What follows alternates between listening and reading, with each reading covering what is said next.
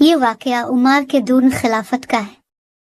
वो अपनी अदालत, सादगी और अल्लाह के खौफ की वजह से मशहूर थे।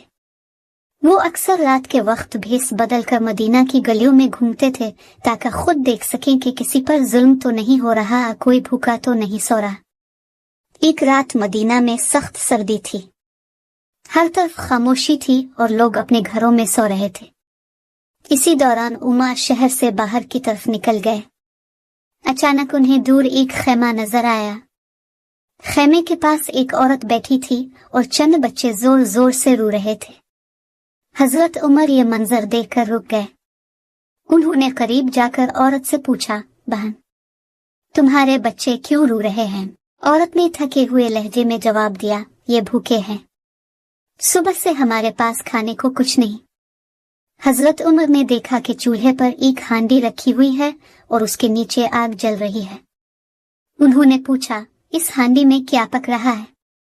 औरत ने अफसोस से कहा, इसमें सिर्फ पानी है। मैं बच्चों को बहला रही हूँ ताकि वो समझी खाना पक रहा है और इंतजार करते करते सो जाएं। फिर वो औरत गुस्से और दुख से बोली, क़यामत के दिन अल्लाह मेरे और खलीफा उम्र के दरमियान फैसला करेगा, क्योंकि वो हमारे हाल से बेखबर है। ये अल्फाज सुनकर उमर का दिल कांप उठा।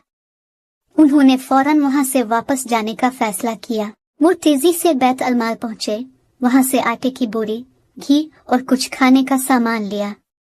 उनके साथ एक साथी भी था। इसने कहा, हाँ अमीरुल मोमिनीन, बोरी मुझे दे दें, मैं उठा लेता हूँ। हजरत उमर ने फौरन जवाब दिया, क्या क़यामत के दिन तुम मेरा बोझ भी उठाओगे? ये कहकर उन्होंने खुद आटे की भारी बोरी अपने कंधों पर उठा ली और तेजी से इस औरत के खेमे की तरफ चल पड़े। जब वो वहां पहुंचे तो उन्होंने औरत से कहा, मुझे इजाजत दो, मैं तुम्हारे बच्चों के लिए खाना पका देता हूँ।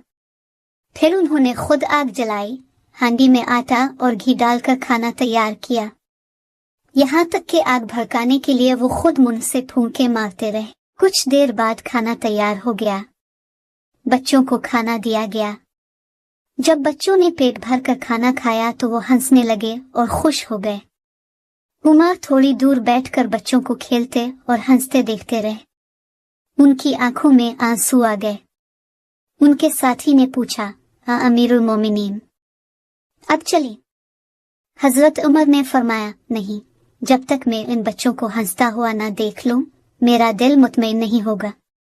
कुछ देर बाद जब बच्चे खुश होकर खेलने लगे तो वो खामोशी से वहां से वापस आ गए।